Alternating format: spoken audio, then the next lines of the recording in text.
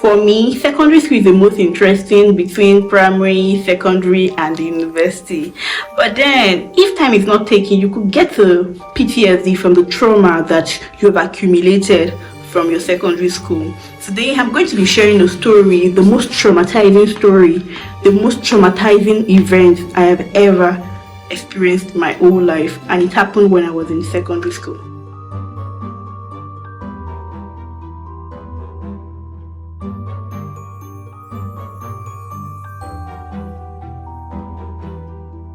Welcome to my YouTube channel. My name is Abisola, and this is Everyday Gist with Abisola. If you're new here, do not forget to subscribe, and at the end of the video, give me a thumbs up and drop a comment. So the story I'm about to share did not happen to me. It did not happen to me at all, but I watched it happen to somebody. I experienced it, and kind of is a part of my life. It's like a story that always comes to my mind. Whenever I remember the story, like I feel disgusted and traumatized. So what happened? It was on a Sunday afternoon, and there was no water in the hostel. Like there was no water in the old school. You know how this boarding school thing is now, like no water, and there was no water to bathe, to drink, or to wash with. Even the tuck shop was closed. You know, the tuck shop didn't open then on Sundays, so there was no water to drink, to eat, or anything. So you know, seniors now and their wahala and their wickedness, they decided to send a girl in JSS1 to go and get them water. You know that there's no water anywhere. Then you decided to send her to go and get you water to drink. Like there were like 10 of them that sent the girl to go and, so they gave her like 1 gallon. I know that 5-liter gallon. They gave her to go and look for water. One very smallish girl. So the girl, I'm sure she went everywhere, the mosque, everywhere. She didn't get water. So probably later now she remembered, or she probably saw her brother. You know, boys, people will not come out like that on Sunday, and people be in their hostel. So she probably saw her brother and asked him for water. So the brother went inside the boys' hostel and helped her to source for water and all of that. Probably they were even getting one bowl from toilet buckets. Who knows? So the brother finally helped her to get water to drink for the seniors, and she came back to the hostel. When she got back to the hostel, she gave the seniors water to drink. They all drank, they gisted and all of that stuff. The guy had gone. Then not too long later, they started shouting in the hostel. They should go and look for the girl. Blah blah blah. Where's this girl and all of that stuff. Somebody that have done you people favor, to get you people water you've drank. She was like remaining small water inside the gallon. They said that they can feel something foamy inside the jerry can. After you've drank the full gallon of water, really small, that's when you started seeing something that looks foamy, like saliva. They shouted that the girl spat inside the water, and they can see something like saliva inside the water. Then I decided looking for the girl. Probably the girl had gone to class to read or something, or to wash her clothes, or to do anything. So later, when the child finally saw the girl, they started beating her. That she spat inside their water. The girl that she did not speak. So in front of our hostel now, we had all this gravel. You know, I don't know if you have been to an hostel, you're going to understand. In front of this, they just put like all this gravel there, all the small white stone. So the cats who kneel down there, they were, you know, like 10 of them in the same time now, like more than 10 of them must have drunk from the water. They started beating the girl that she spat inside the water, she must confess and stuff like that. I'm sure maybe out of pressure, the girl was sure like she did not what's the name? She did not spit inside their water. They were forcing her like confess. So I think she probably said okay, she's spat. So maybe they will leave her. They're like, if she tells them the truth, they're going to, you know, leave her alone. So probably out of the pressure now to confess, I said okay, she's spat inside. That's why they gathered all the JSS1 students to, you know, command now, you know, all this public school now, plenty students. So like the girls in JSS1, they were like more than 100 or 150 safe. They told all of them and gathered all of them somewhere in front of in the courtyard, and told all of them to line up. Then they brought like a bottle. You know this Agoli's bottle now? Then they told everybody to start spitting inside container one by one, one by one. People were spitting inside the container. If you say you're not spitting inside the container, they will beat you, beat you, beat you, and tell you to kneel down, and they'll see you later, they'll force you that you must spit inside the container. So imagine they now gathered like 150 girls in JSS1. They told them to spit inside container, then gave the girl to drink. The girl refused to drink, or they were beating her until she drank until she drank the saliva. Like, I don't know. It did not happen to me, sure you get.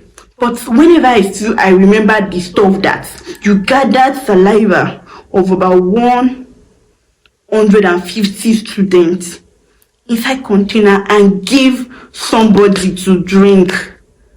That's like the most wicked thing that anybody can do to their fellow human being. I mean, haba, that's the act of wickedness. You don't know the kind of sickness those children have. You don't know if they've not even brushed their teeth because there's no water. Some of them have not had their bath because there's no water. Some of them have sickness from home, typhoid, all of those stuff, bacteria in their mouths. Then you gathered it inside a bottle and gave the girl to drink. Now, like, whenever I think about this story, I'm like, I wonder how sick this girl probably became, because I don't know how anybody's going to survive that, because that's like, Jesus, a lot of saliva, a lot of disease that you have put inside the girl's body. So I cannot imagine, like, maybe she probably fell sick. I don't know if she's alive now, because how will somebody survive that? And if she's alive, how is she able to cope with the trauma? Because whenever I think about the story, like, I feel really, really bad. So how is she that actually experienced it, that it actually happened to, actually drank people's saliva? How does she feel, like, whenever she remembers the story?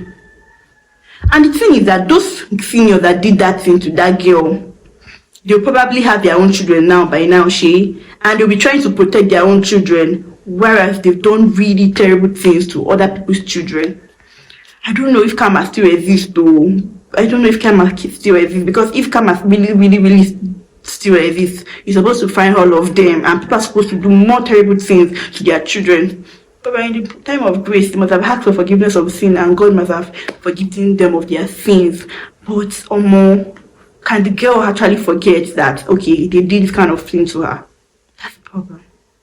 For me, I went to boarding school, I think from JSS1 to JSS3. But I can't take my child there. It is a jungle. It is a terrible place to be. It's not a good place to be at all. Because there are people that were not raised with love. People that were not raised with love at all. They are in the hostel looking for children to devour, people to show their wickedness to. The one that actually happened to me personally was that every night, like, this girl would send me from one hostel to another to go and give, whenever they're done with their night call. And I know that time used to be like night call and phones and all that. Then they would not send me, like, this girl can wake me like 3 a.m. anytime, send me to another hostel to go and give another person phone to speak to them on the phone. Wake me in the midnight to wash her clothes and tell me that it must dry. Am I the reason why you did not remember to wash your uniform? Stuff like that. But all of this one, they are still like minor stuff, not to talk compared to this physical harm. Because my emotional harm, sometimes she can never forget in her life. Whenever she sees her classmates, she remember that she has swallowed their saliva before. Guys, what do you think? Do you feel like boarding school are now like safer, more like, I don't know if they feel like this wickedness in boarding school now? So what do you all think? Do you think that children should be sent to boarding school? Do you think that boarding schools are now safe place? Because I know that in private schools, the seniority like that is not really, really much of a big deal. But we are still hearing of children that are being dealt with.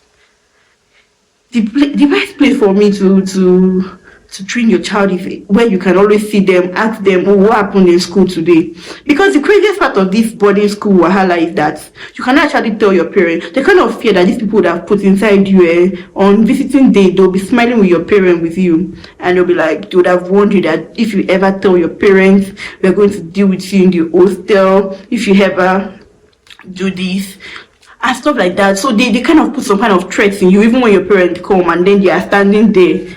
You will not be able to tell your parents that, okay, this is what person did. Because me, when I told my parents that they were always disturbing me at night, the girl who I reported, her father was a general, so the school did not even do anything to her.